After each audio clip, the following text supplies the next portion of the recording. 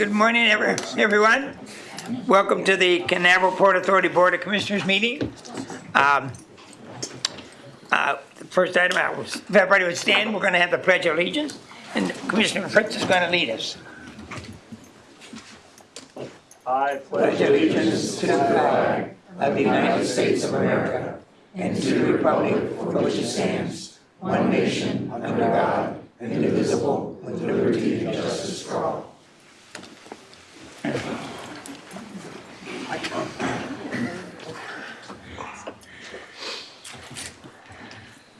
I appreciate all of you that showed up this morning with the downpour of rain that we had at about 5:30, 5 o'clock. I figured nobody would show up, including maybe me, but fortunately the rain went away and we're all here for what's going to be a great meeting. At this time, I'd like to, first thing is recognize the ambassadors that we have here today, the port ambassadors. So, as I call your name, if you would please stand in so everybody could see you. Bob Sox, Sean Conway, Mike Gotro.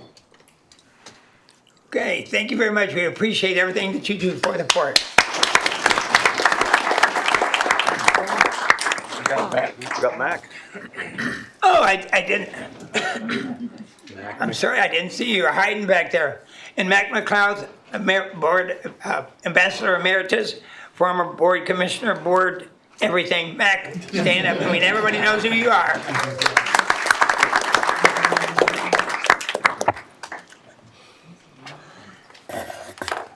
First item on the agenda is approval of the agenda for today's meeting. So moved, Mr. Chairman. Second. Been moved in second. Discussion. All in favor say aye. Aye. Okay, agenda is approved. Next item is approval of the minutes of the April 29th, 2026 Board Commission meeting. So moved. Second. Been moved in second. Discussion. All in favor say aye. Aye. Okay, motion's approved. Personal appearances and presentations, Employee Service Award. Donna Greenslade is going to make that presentation.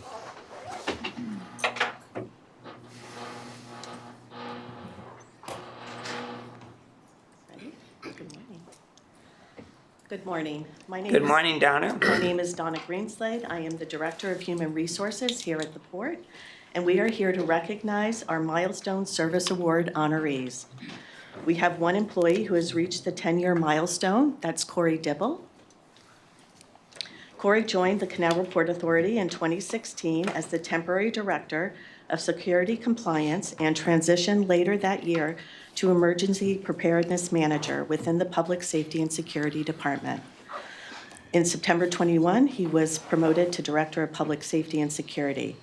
Corey provides leadership for all public safety and security operations across the port, ensuring the protection of CPA facilities, berths, and daily operations. He also oversees the port's emergency management program, playing a key role in maintaining readiness and resilience across the organization. Corey contributes to the broader maritime industry through his service on the board of directors for the Society for Gas as Marine Fuel, supporting efforts to reduce environmental impact and advance sustainability.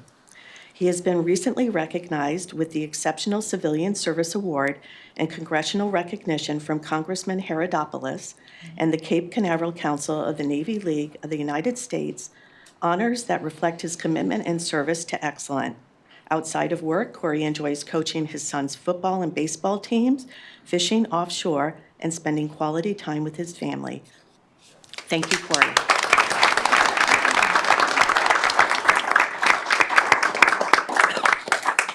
Next, we have one employee who has reached a 25-year milestone, Karen Pappas. In May 2001, Karen started at the Canaveral Port Authority as a purchasing agent contracts administrator. In 2016, she was promoted to Director of Procurement and Materials Management, where she now leads the port's centralized procurement, materials management, and warehouse operations. With 25 years of dedicated service, Karen is widely respected for her deep expertise and collaborative leadership style. She plays a critical role in navigating complex procurement processes with professionalism and precision while ensuring operational efficiency across the organization. Karen also leads the Port's annual Reverse Trade Show, strengthening partnerships within the local community and supporting small businesses. She is frequently recognized through Seize the Day for her professionalism, positive attitude, and commitment to supporting her colleagues. Outside of work, Karen enjoys spending time with her family and friends, gardening, and camping with her husband and their dog. Thank you, Karen.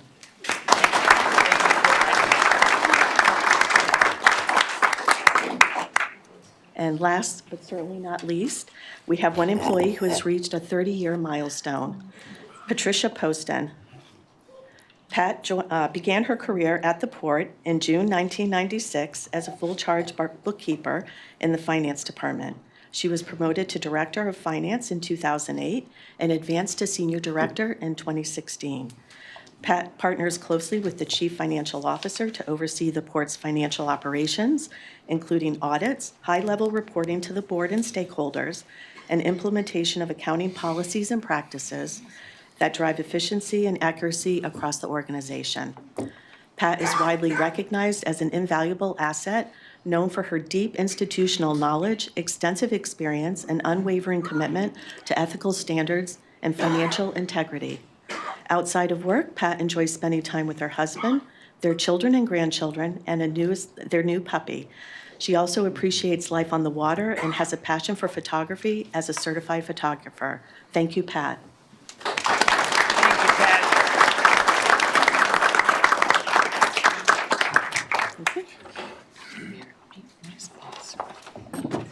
Okay, thank you, Donna.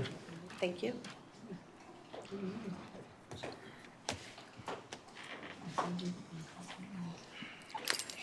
Okay.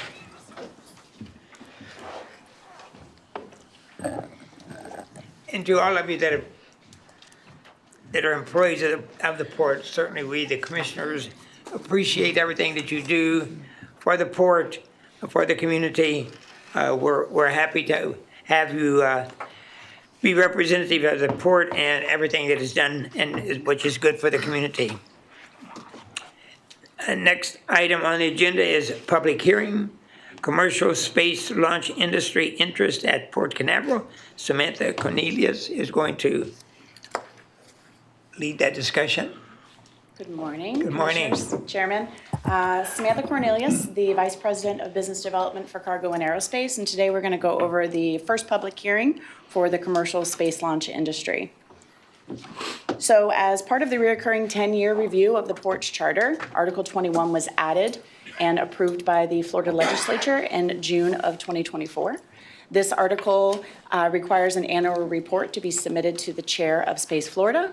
This will detail the support that the Port has for the commercial space launch industry. That is defined as any company substantially engaged in the transport, operation, and recovery of space launch or landing services with active maritime operations at Port Canaveral. As I said, this is the first public hearing. We must have hearings once every 2 years going forward, and the commercial space launch industry representatives are invited to attend and/or present, which we have some in the audience with us today. The Port had a historic role in the space exploration going back to 1956, where we were a governmental hub for vessels that were tracking missile data. Back in 1965, the Army Corps of Engineers completed the locks, which were customly built for the Saturn V rocket stages as well as the Space Shuttle boosters. In October of 2019, the board passed a resolution showing the support of Port Canaveral for the Florida's aerospace economy. Moving into today, we do have two active commercial space launch industry operators, SpaceX and Blue Origin, which utilize the Port facilities for their maritime assets to dock their vessels as well as their recovery operations. This map shows the general location of where these operations take place. If you notice the Canaveral Cargo Terminal in yellow, that is a 20-acre terminal that is leased by GTUSA. And within that property, SpaceX and Blue Origin have individual agreements with the tenant, GTUSA, to handle their recovery operations. Our engineering department, as well as our building officials, have worked really closely with that tenant as well as the commercial companies to further their infrastructure needs. This shows we've worked together with them for the Grouper Road widening at State Road 401. There was a CCT, which stands for Canaveral Cargo Terminal Gate Expansion. There was a relocation for a signal at State Road 401 and the Grouper intersection, as well as a shoulder widening at Payne Way and State Road 401. We recently collaborated with FDOT Space Florida, as well as other launch service providers, to construct a driveway at North Cargo Berth 8 State Road 401 that will allow for the transit of boosters. The port expanded their lift capacity by purchasing a third mobile harbor crane. That was an $8.1 million investment solely paid for by Canaveral Port Authority. This came into commission in October of 2025. And all three of our mobile harbor cranes have the capacity to offload the SpaceX Falcon boosters. We invested $600,000 into a port-owned building that is currently leased by Blue Origin. Showing some of SpaceX's history, back in 2016, they recovered their first booster on the Of Course I Still Love You drone ship. From 2017 to 2021, they leased a 53,000 square foot building that is on the north side, previously known as the Space Hab Payload Processing Facility. And as I mentioned, their recovery operations are conducted at CCT, where they have an agreement directly with GTUSA. The space that they have there has office buildings, warehouse facilities, laydown area for their breakover equipment, and other miscellaneous equipment used for their recovery operations. In 2015, SpaceX had 6 maritime assets that were rotating in and out of the port during their recovery. As of 2025, there were a total of 14 vessels that are associated with their recovery operations. Some operational highlights, 2024, they had 69 boosters and 165 fairings that were returned to Canaveral. In 2025, you'll see they increased their throughput here to 90 boosters and 192 fairings. Their mobile harbor crane utilization with the port increased by 51% over the last year, and their presence within the port for their fleet decreased because of their booster recovery operations. Thank you. Moving on to Blue Origin, their maritime operations began here in 2024 with the arrival of the Jacqueline, their landing platform vessel, and the Harvey Stone. They leased a building with us in 2022, which was the previously known Space Hab building. However, the port's conversations with Blue Origin go back to 2018, where we started having regular meetings with them to discuss their recovery operations and their infrastructure needs. The recovery operations happen at CCT under an agreement with GTUSA, and they also have buildings on that property as well as their breakover equipment and their custom-built Libra crane. With Blue Origin's operational highlights, their first recovery happened in 2025 in November. They utilized their own crane for their operations, however, have utilized the port's crane previously for some cargo operations, and their presence in the port is shown here with their 2 vessels. The port has collaboration and partnerships with many organizations. Some of them are present today, Space Florida, we've got FDOT, the Coast Guard, BCSO, CFR, and the Army Corps of Engineers. Looking ahead, we continue to work closely with Space Florida. We are providing comments on an environmental assessment for the near-term wharf development for the Middle Turning Basin. We have also received the draft statewide wharf study, which, if you've seen in the news lately, Fort Pierce recently released their updated master plan talking about building a wharf that could support the space industry. And we will continue to engage with new upcoming launch service providers, Relativity, Space, the Spaceport Company, and Stoke Space, and some of their representatives are also here today. We continue to have regular meetings with SpaceX and Blue Origin as needed to talk about their future launch cadence and their needs here in Canaveral. That concludes my report. So if any of you have any Are there questions. any questions for Samantha? No? Great Okay. report, Samantha, very well, very Thank good. you. At this point in time, I would like to call up Rob Long, the CEO of Space Florida, for some additional remarks.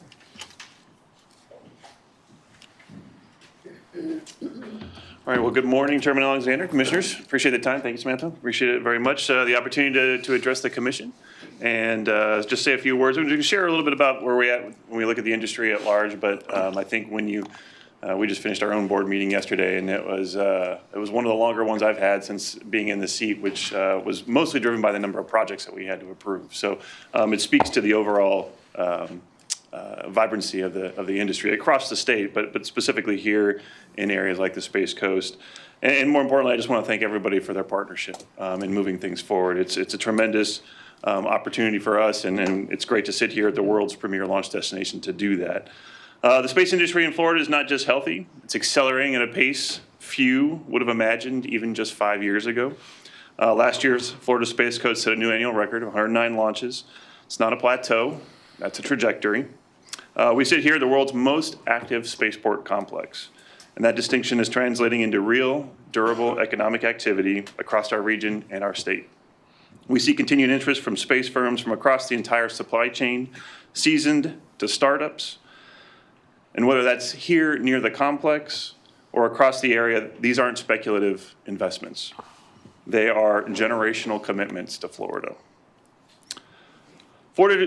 This growth did not happen by accident. It's happened because Florida's made a strategic and sustained investment in infrastructure that makes it all possible. Through Florida's Spaceport Improvement Program, a long-standing partnership between FDOT and Space Florida, the state has committed more than $500 million in spaceport infrastructure investment concentrated here at Kennedy Space Center, Cape Canaveral Space Force Station, Space Coast Regional, and Cecil Spaceport. That investment has in turn catalyzed $3.3 billion of private investment that is alongside state funding, a return that any state would be proud of. These are not just numbers, they represent roadways widened, roads rebuilt, bridges replaced, launch pads revitalized, and manufacturing facilities constructed. The physical backbone that supports our federal partners at NASA and the Space Force as they operate at world-class levels and allows the commercial sector to grow with confidence. Beyond the launch counts and investment announcements, the aerospace industry is delivering something that matters deeply for everyone in this region: high-quality, high-wage employment. According to the Florida Department of Commerce, the average annual wage for aerospace industry workers in Florida is $119,000 in 2023, nearly 80% above the statewide average across all industries. Put simply, an aerospace job in Florida pays nearly twice what the average Florida worker earns. These careers are build stability, that keep talented graduates from leaving the state, and drive economic multipliers across every sector that supports that workforce. Our record of investments has been strong, but we have to remain focused. The infrastructure demands the next decade are significant, and meeting them will require exactly the kind of partnerships that we are all uniquely positioned to build together. Maritime infrastructure is at the center of that challenge. Space Florida has estimated that Florida must be prepared to support the transportation of 5,000 metric tons of cargo annually into space by 2035. The ability to move rocket components, propellants, payloads effectively will be a defining factor in whether Florida maintains its competitive advantage. Port Canaveral remains a vital link in the critical for space launch operations. And we appreciate the 5-year plan that remains focused on meeting the needs of the area and promoting economic prosperity. Space Florida remains committed to working alongside our partners, local, state, and federal, to develop solutions that are financially sound, operationally practical, and equal to the ambitions of this industry. The decisions made on the Space Coast will make a major difference in the direction of future American space leadership, and I don't take that for granted. Commissioners, the Space Coast is not just keeping pace with the new space economy, it is defining it. Record launches last year, nearly 2 times the average wage, over $500 million in state infrastructure investment, leveraging more than $3 billion in private capital, and the world's most ambitious aerospace companies choosing to grow right here. We look forward to continued collaboration and to ensuring that the infrastructure beneath this industry is as strong as the industry itself. Thank you very much for your time, and I'm more than happy to answer any questions you have. Any questions for Rob? Great. Thank you, Rob. Very Donna, good. Good thanks. report. Good information. Thank you. Yep. Thank you, Rob, and we appreciate the partnership that we have working together through the expansion of the Middle Turning Basin. Commissioners, at this time, Blue Origin did submit a public comment, but they are not here to read it. And on their behalf, I would like to ask the commission clerk, Melanie Broadford, to read that into the record. Thank you. This is a statement from Anna Spencer, Government Relations, Blue Origin. Good morning, members of the Canaveral Port Authority Commission and fellow stakeholders.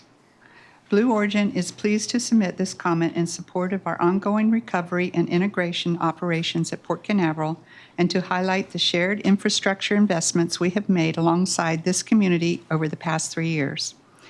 Blue Origin recognizes the Canaveral Port Authority for its constructive and forward-looking partnership in standing up New Glenn recovery and integration operations at the port. We also extend our appreciation to Space Florida, the U.S. Coast Guard Marine Safety Unit, Port Canaveral, and the Florida Department of Transportation for their collaboration on infrastructure improvements.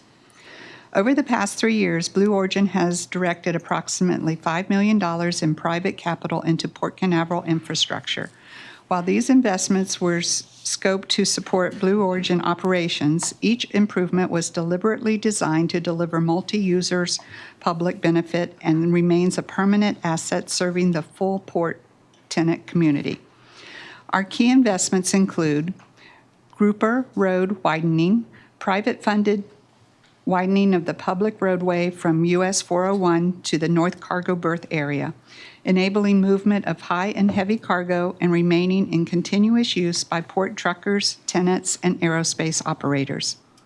New port building, the Quonset hut, demolition of the prior structure and replacement with a new facility including site work, security improvements, bollard protection, and electrical services. This is a permanent port asset. North Cargo Berth 6 fiber and communications backbone. Full replacement and upgrade of the fiber optic backbone at Port Canaveral Docks at 9180 Grouper Road, providing modernized, resilient communications capacities for Blue Origin, Port Authority, and tenant operations alike.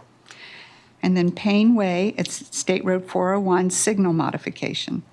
Traffic signal improvements coordinated with Space Florida and FDOT under the Economic Development Transportation Project Fund, supporting safe, high and heavy cargo movement and serving all port and spaceport traffic as a permanent public intersection improvement. Beyond the primary investments, Blue Origin has contributed several complementary improvements at no cost to the Port Authority, including widening North Cargo Berth 8 driveway geometry to enable a second offload lane and future mobile harbor crane access, relocated an upgraded Port Authority camera pole, electrical panel, and meter with improved surveillance coverage, installed protective bollards at the North Cargo Berth 6 fiber junction box to safeguard shared communications and infrastructure, conducted drainage and stormwater engineering analysis shared with FDOT, the Port Authority, and Space Florida for reuse on adjacent improvements. Looking ahead, Blue Origin is committed to continued investment alongside the Canaveral Port Authority and our agency partners.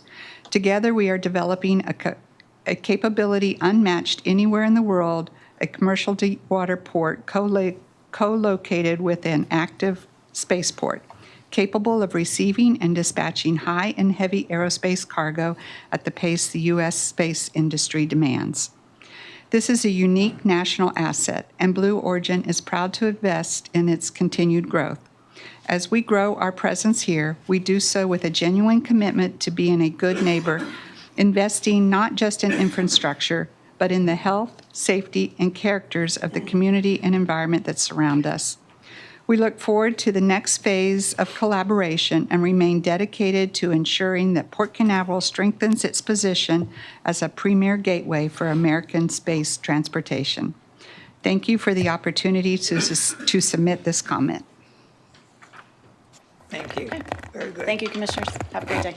Mr. Chair, if I might recommend that we do public comments related to this topic at this point in time, because we do have some representatives of the space industry here. They Fine. can only make their comments during the public comment section. So if that's okay with you. That's fine. Do you have any public comments? Okay. Anybody from the public that wants to comment now about the space program or anything that's been said? I know some of you are here from the space side of the program. Stephen, you want to get up and say anything? Okay, Okay. fine. Then we'll move right along. Great. Thanks. Next item on the agenda is a consideration of changing the September 30, 2026 meeting to September 23, 2026. Any objection or a motion to? I'll make that motion, if that's, yeah. Been moved in second, discussion. Okay, the meeting is September 23, 2026. Reports, CEO report, Captain Murray. Do you want to call that vote? Oh, I'm sorry. Yeah, all the commissioners in favor of moving the meeting date, say aye. Aye. Okay, it's approved. Thank you. Okay, good morning. How you doing, Troy? There we go.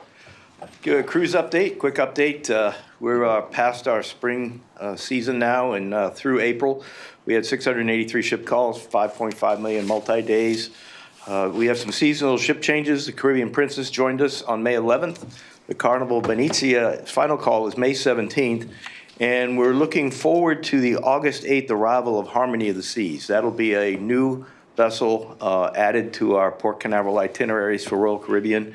And it's going to be sailing some different sailings. Like today we have the Utopia on the 3 and 4 day, and we have the Star on the 7 day. And this ship will also be operating out of Cruise Terminal 1, but it's going to have some different rotations, 2 day, 5 days, and it's going to vary through the winter season. So they've never operated a 2-day sailing on a ship of this size before, so it's going to be a very unique. Ship will sail on Thursdays and come back on Saturdays.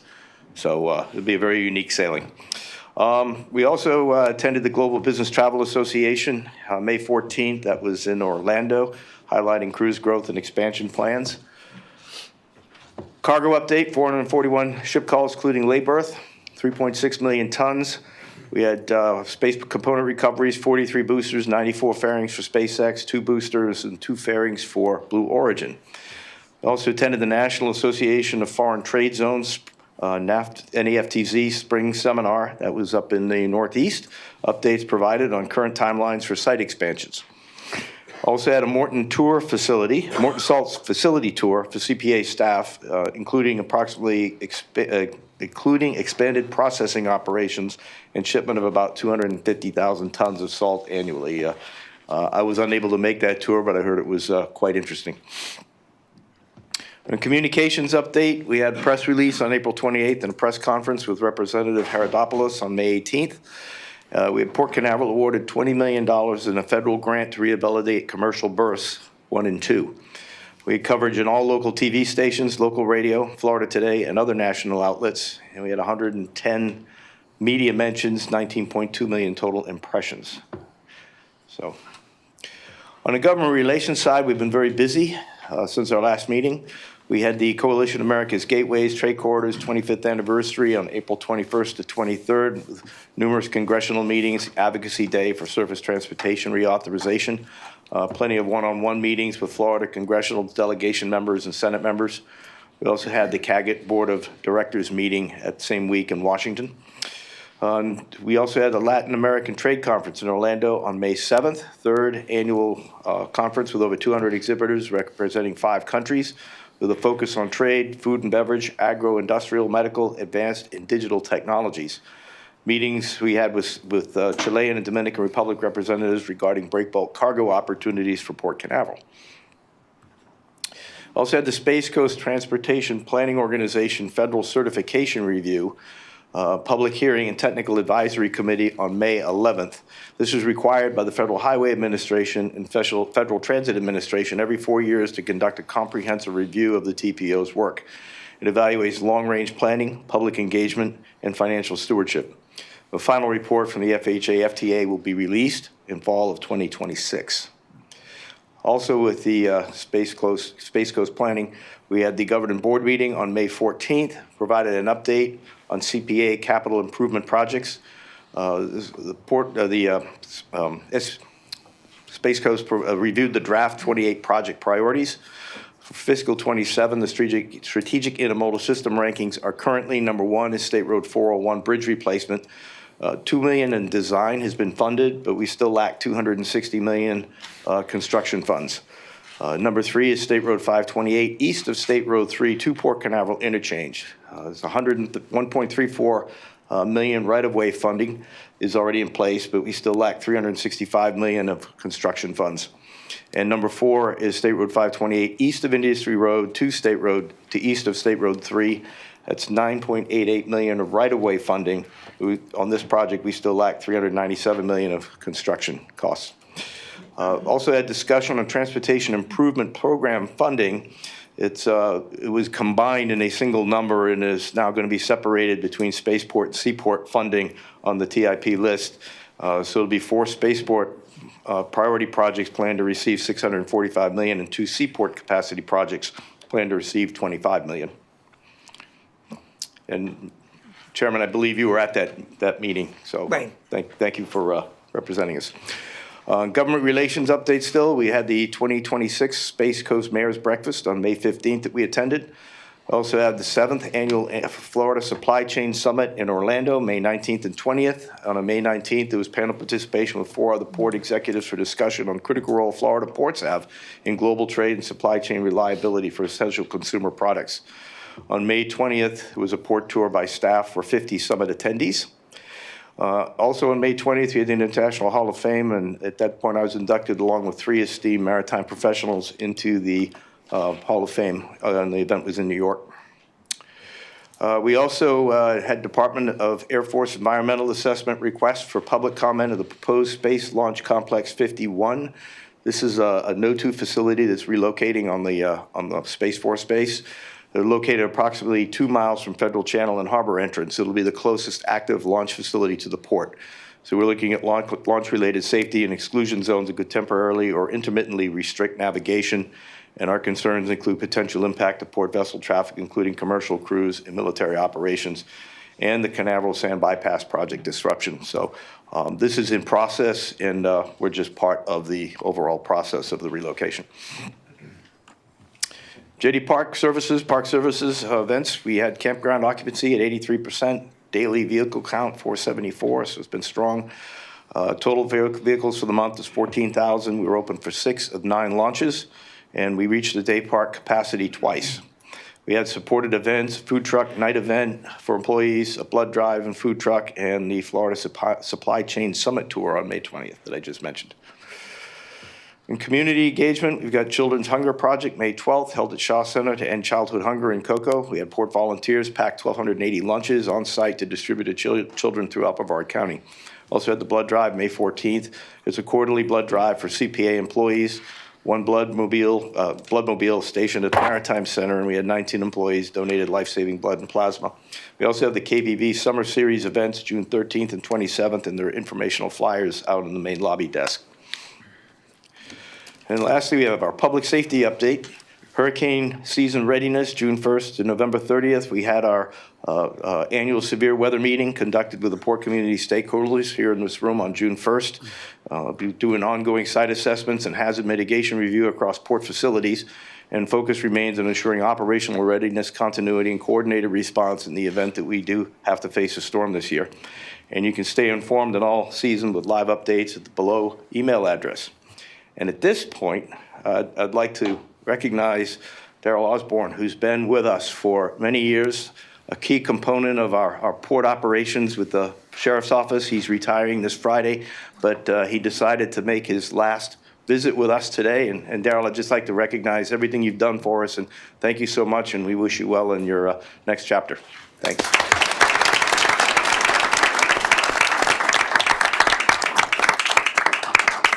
And that's it. Thank you. Any questions?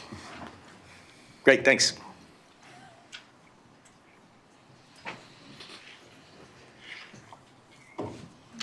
Next item on the agenda is consideration of the financial information. Jeff Long.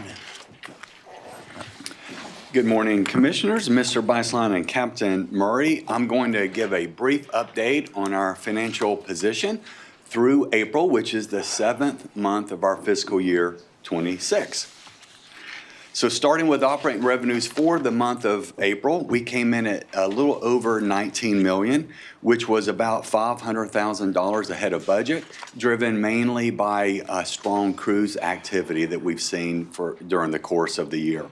For the month, our operating expenses came in right at 13 million, which was right on budget. And the result was that for the month of April, our operating income was $6.2 million, which was about $500,000 ahead of budget, again related to strong cruise activity. Taking a look at the 7-month totals for operating revenues, we are right at 148 million, which is about 3% above budget due to cruise revenue driving that variance. Our operating expenses for the 7 months are just shy of $89 million, so that's about $4 million below budget. But most of that is timing related, and I think over the next 5 months we'll see most of that timing reverse. The result for the 7 months is our operating income is 59.1 million, which is about 18% above budget. Taking a look at our operating revenue spread, you can see that cruise revenue obviously is a big part of our operating revenue. Between cruise revenue, which represents dockage, wharfage, other miscellaneous billings, and also CCRC, which is cruise-related capital cost recovery charges, and of course cruise parking. Those three line items make up about 85% of our operating revenue. Cargo revenue for the 7 months is about 14.3 million, or about 10% of our revenue. And then other revenue, which consists of lease revenue, our park revenue, and also ground transportation mainly. That makes up about 5% of our operating revenue. So all these categories are very important to the port. Taking a quick look at our statistics for the month of April, as Captain Murray has mentioned, we had 688,000 passengers that moved through for the month, which is about 7% down versus what we had last April. But if you remember the previous commission meetings, I've mentioned that April was going to be below last year because we had 2 ships that were in dry dock during a portion of April, the Carnival Glory and also the MSC Seashore. So that was expected, and we budgeted for that. So for the month, 688,000 passengers. We had 82 cruise calls, and from a cargo perspective, we moved 608,000 tons, which was up significantly over last April of fiscal year 25, and we had 62 cargo calls. Now taking a look at year-to-date statistics, we have moved 5.5 million passengers through the first 7 months of the year. If you remember, our budget for the year is 9 million passenger movements, and we are right on pace for that. Probably will be a little bit north of that number. So we're very pleased with our budgeting being right on target, and will actually exceed budget from a cruise revenue passenger movement perspective. This time last year, we had 5.2 million revenue passengers. From a cruise call perspective, we've had 683 calls, which is up 8% over where we were this time last year. And from a cargo perspective, from a tonnage perspective, we've moved 3.6 million tons, which is just a little north of what we did this time last year through the first 7 months, moving 3.5 million tons. We've had 441 cargo calls for the 7 months as well. Taking a look at cruise calls and the diverse cruise partners that we have, you can see that Royal Caribbean and Carnival and Disney are our 3 largest cruise lines in terms of calls, followed by MSC, Norwegian, and then other, which consist of Princess and Celebrity, among other lines. Cruise passengers, taking a look at this chart month by month. The first line that just appeared, the blue line, represents what we did in fiscal year 25 on a monthly basis. And then you can see our budget for fiscal year 26. And for the first 7 months, our budget for cruise passenger movements, 5,489,000 cruise passengers. And then the green line represents what we have actually done, and we are very close to budget. It's pretty much on the line. We have moved 5,544,000 passengers. So we are favorable about 55,000 passengers. So we are on pace to exceed that $9 million goal budget that we had. I think we'll get very close to 9.1 revenue passengers. Taking a look at the breakdown for cargo, fees and rent represent the 2 lines of revenue with cargo. Fees is about 75% of our cargo revenue, and then rent from our cargo partners represents about 25%. And you can see no change here. Fuel is our largest commodity that we move. Between fuel, lumber, and granite, it represents about 80% of the commodities that we move here through the port. We also have slag, limestone, salt, and others as well. Taking a quick look at the detail for the other operating revenue that I've mentioned before, that is consisting of leases, parks, and other ground transportation. We are right on budget, actually about $200,000 ahead of budget, and about 1% ahead of where we were this time last year through April. So leases are about $2.8 million in revenue. So all our lease partners that we have, tenant partners across the port outside of cargo, that's what consists of the $2.8 million in lease revenue. So we're about $40,000 ahead of budget for this area. And taking a look at recreation parks, Jetty Park, campground, et cetera, we've had a very solid year through the first 7 months, and we're up about a little over $100,000 above budget. And finally, miscellaneous, which is mainly ground transportation, we are about $15,000 ahead of budget for the 7 months.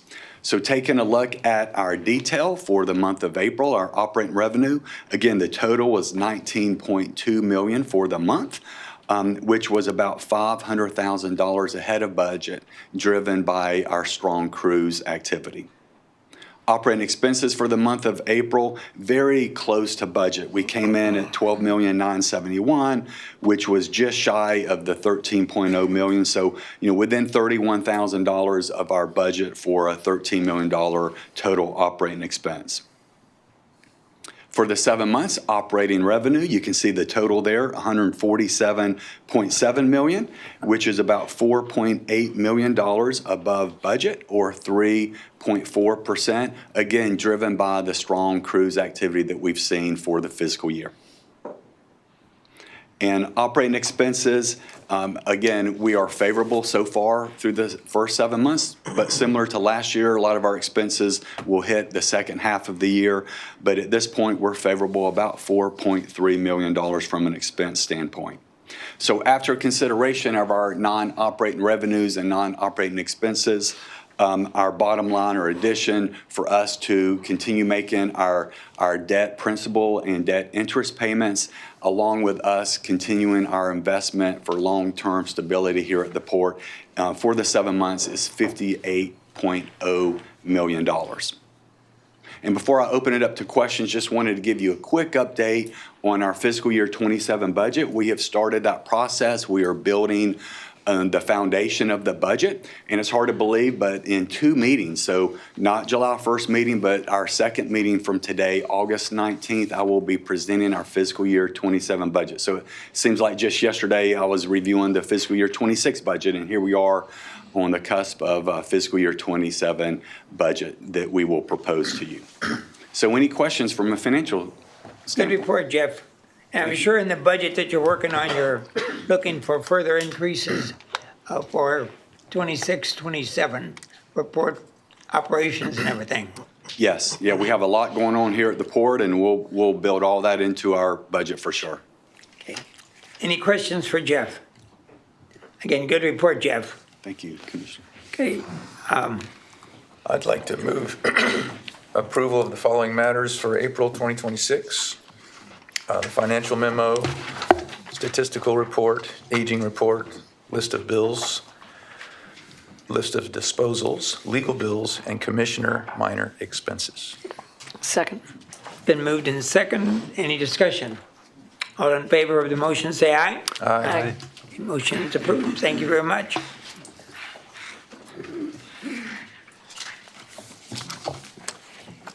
June capital project reports. Bill Crow. Good morning, Mr. Chairman and Commissioners. Once again, it really is an honor to get up here and talk about the many things that we have going on from a capital standpoint. It's also very unique that both Pat Poston and Karen Pappas were honored today. They play such a key role in behind-the-scenes work for so many of our solicitations, the capital projects review. So I just wanted to publicly say thank you again for handling all of the work that we throw your way. It's been just an amazing experience working with you, and it's hard to believe. It's very encouraging to see the 25 years and the 30-year pins being handed out. I just got my 10-year pin, a year ago or so got a few more years to catch up. I also wanted to note that as I served with the Propeller Club, we were able to award a specific scholarship. I awarded it to a senior from Holy Trinity. Jordan Osborne is the senior's name. It's the 4-year scholarship that's actually named after late Commissioner Wayne Justice. So the first annual scholarship that was awarded in his name, I learned this morning that this is actually Deputy Osborne's nephew, Jordan Osborne. So I thought that was a really, really, really special Great. note for today. And he's attending Maine Maritime Academy or Mass? Massachusetts Maritime Academy. So on sports scholarship, he's going to be playing football for them and studying naval architecture. So very brilliant, very bright young man. It really was an honor for me to present that scholarship. A little bit nerve-wracking because I was in a gymnasium full of high school students, and I think I got a few chuckles out of the poor attempt at a dad joke or two, but then I quickly moved on, which I will now. So what you're saying, you're good at engineering and projects, but you're not real good at being a funny man. Dad jokes are a very unique niche of humor, and I think I do them fairly well, but they're dad jokes. So I made a joke about being involved with the Propeller Club for about 6 or 7 years. Anybody with teenagers, you know what I'm talking about. So I got a few laughs anyways. Moving on, sir. The first item that I would like to talk about is item 1C. This is Cruise Terminal number 10 expansion, landside expansion specifically. This is a project that is due to have the doors open October, November of 2027 for the World Atlantic, the new vessel from MSC that's coming to the port. And we have a series of packages that we are releasing. This contractor is PCL Construction. They are represented in the audience by Adam Lentz and Monica Miller. Thank you for being here. And on my team, the engineering PM assigned to this is Veronica Narvaez Lugo. So very, very capable PM, and she's got a lot of spinning plates going on right now. This of which is one of the greatest ones. So if you recall, last commission meeting, we executed about $6.3 million in early works. This time we're adding to $23 million. The total budget right now is sitting at about $75 million. Just to give you some advance notice, at the July 1st commission meeting, we will have a foundations package for the new buildings, the new east expansion, before the commission for execution. The final design of the entire project it's due sometime in August. So we anticipate either a September or October commission meeting for the award of the final GMP for that project. And that will still be about a year out in advance of when we need to have doors open on CT10. So for this $23 million, it is largely due to a central energy plant that's going to be manufactured by Trane, and we have representatives from Trane in the audience as well. It will serve both CT8 and CT10. So a very efficient from an operational standpoint and also from a capital cost standpoint, chiller tower arrangement, combined chiller central energy plant for CT8 and CT10. That's about $16.7 million of the total $23 million ask. We are also purchasing long lead time equipment like vertical transportation, elevators, escalators, about $2 million just in equipment. Another $2 million we have in site work, and some other small demolition and enabling work costs are a part of this $23 million ask.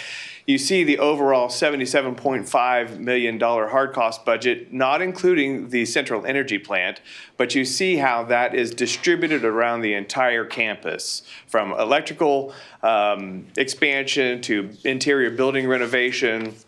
Then you can see the two eastern expansions here in purple and pink, some various utility upgrades.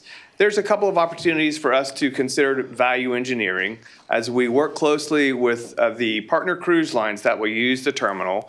We are right-sizing the terminal. We're evaluating, the vertical transportation requirements, ramps, elevators, escalators. We're looking at square footage requirements, luggage laydown. And we've noted between the concept plans and the current 30% design plans, we've experienced about a 20% increase in costs. And I've briefed all of you on that. It's largely due to better definition in the design. For example, the concept plans had foundations of about 40 feet deep, and now we're looking at foundations based on the detailed geotechnical design of about 80 feet deep. So the pile supported foundations have basically doubled in size. And again, with greater clarification from the 30% design on all things structural, mechanical, and electrical, it's resulted in that 20% increase in cost. We do have a couple of opportunities to value engineer. There's a couple of facilities that are currently being considered for the VE, and that is required luggage expansion to the west of the building. We have been able to satisfy the program requirements here on the east of the building, and we're just currently having discussions with the cruise lines about really what luggage laydown area is needed. So more is needed. More will come on that. Any questions on CT10? Moving on, a project that I'm very excited about, and we are partnering with local contractor out of Titusville, Rush Marine. This is the waterside improvements for the commercial fishing facility. This is going to be in our marina district. These are all the waterside improvements. We've engaged with Tony Landry, Rush Marine's in the audience. We've engaged with him for the past couple of months doing design work, working on this GMP proposal for a series of 16 slip floating docks, plus a couple of ancillary spaces, so a grand total of 18 spaces. And I'll show this here shortly, the layout. Also, the docks will be concrete floating, finger piers on steel guide piles. We'll have utility connection pedestals on the docks themselves for potable water and power. And this is a $2.8 million investment solely in the waterside facilities for the commercial fishing dock. Again, some advance notice will be coming back to you in the July 1 meeting for all of the landside improvements that pertain to the commercial fishing area as well.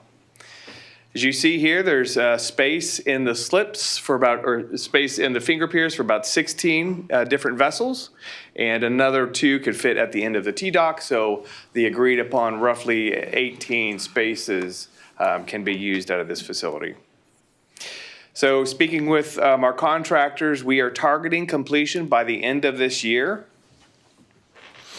There are difficulties oftentimes associated with permitting in-water work that could cause some delay into early 2027, but our goal is to get this up and running by the end of this year.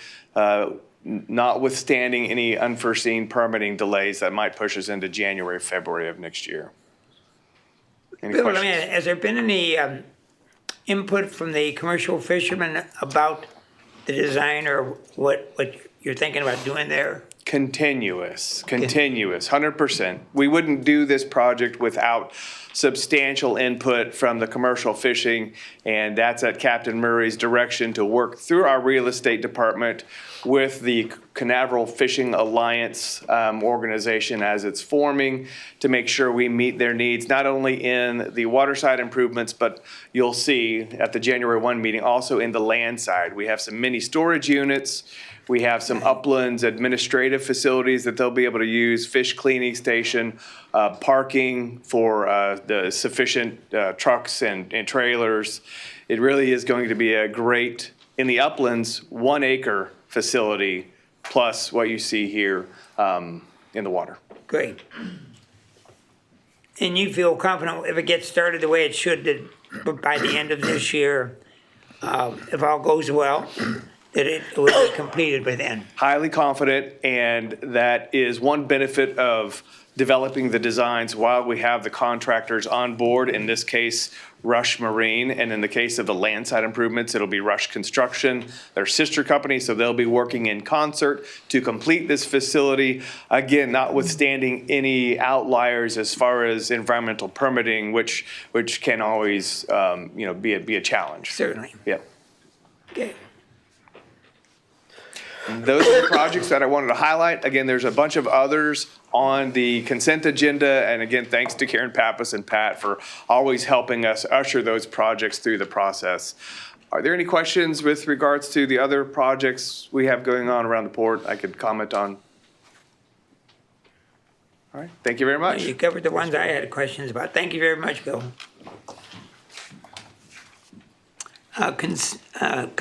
Public comment on the consent agenda, any? None, sir. Okay. Okay, going to the consent agenda. Any commissioners wanting to have any items pulled? Commissioner Craig? No, none at this No. time. Commissioner Markey? Yes, 1G. One. Commissioner Fritz? Nothing here, Mr. Chairman. Commissioner Lloyd? 1D.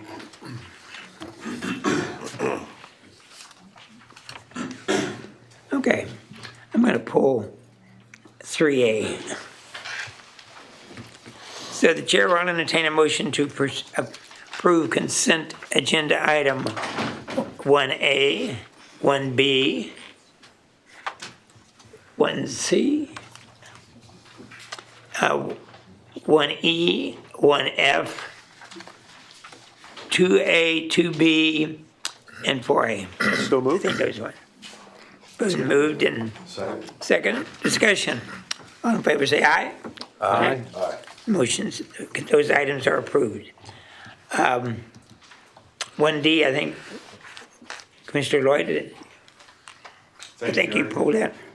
Yeah, this is a very important project, and I think we've kind of covered that. Bussy was here last month, and he was talking about it, and I see some of the commercial guys here in the audience. But I think we've done a great job with this project. I think we've really focused on the timing of providing this, knowing that Blue Point's, knowing that the new cruise terminal is coming. But in the same manner, I wanted to have a discussion between the commissioners about, or just make a statement that I think the timing of Blue Point shutting down and the new facility opening is equally as important as this project. And so I know there's been some talk about the schedules of the two projects, and one being open, having to shut down, having to put large boats in a yard and dry dock. And I think it's very important that we let the recreational boaters know that this project and the timing of this next phase of the project is going to be very important. I know I personally have had friends reach out to me about Blue Points, and there's a little ambiguity there. So I just want to make sure I'm clear. I know I'm only here for another 6 months, but I want to make sure that I'm clear with direction on that is a very important part of this is the timing. So just want to make that comment. With that, I'll make the motion to approve 1D and let's move forward. Second. Been moved and seconded, discussion. All in favor, say aye. Aye. Motion's approved.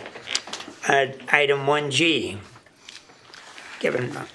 Yes, that has to do specifically with some contractual arrangements with a group of surveyors, one of whom I represent in a professional legal capacity, so I'm going to abstain from voting on that matter. Okay. And the chair would entertain a motion to approve 1G with Commissioner Markey abstaining. I'll make the motion. Moved and second. Okay. The 4 voting members vote in favor, vote on the motion. Aye. Aye. Okay. It's approved. Thank you. I pulled 3A. Just have a general discussion from Peter about this public service project, I call it, that's being presented, so that the public is aware of some of the public service that we do occasionally from time to time. Commissioners, and Mr. Chairman, good morning. Good morning. As you recall, we took possession of our brand-new ladder truck, 100-foot, just after December. We commissioned it and put it into service on 1 March, so now that it's operational throughout the port. And because of that, we have an excess, which is the Pierce 75-foot ladder truck. So we're going to donate that, or request you to donate it to Eastern Florida State College. They have a fire training center down there. They do not have a ladder truck to train on. Okay. And so we propose we donate the truck to them so that they can use it for training for future firefighters.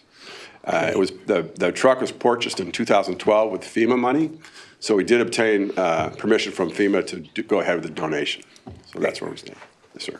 And many times when we have equipment like that, we donate it to other smaller fire stations or other Yes, places. sir. So it is important that we donate this to Eastern Florida State College for their program down there.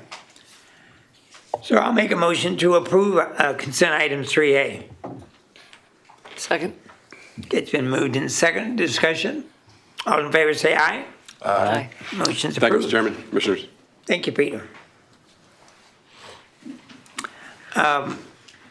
Next is Commissioner reports. Commissioner Lloyd, we'll start with you. I have none. Okay. Quince. Nothing today, Mr. Chairman. Okay.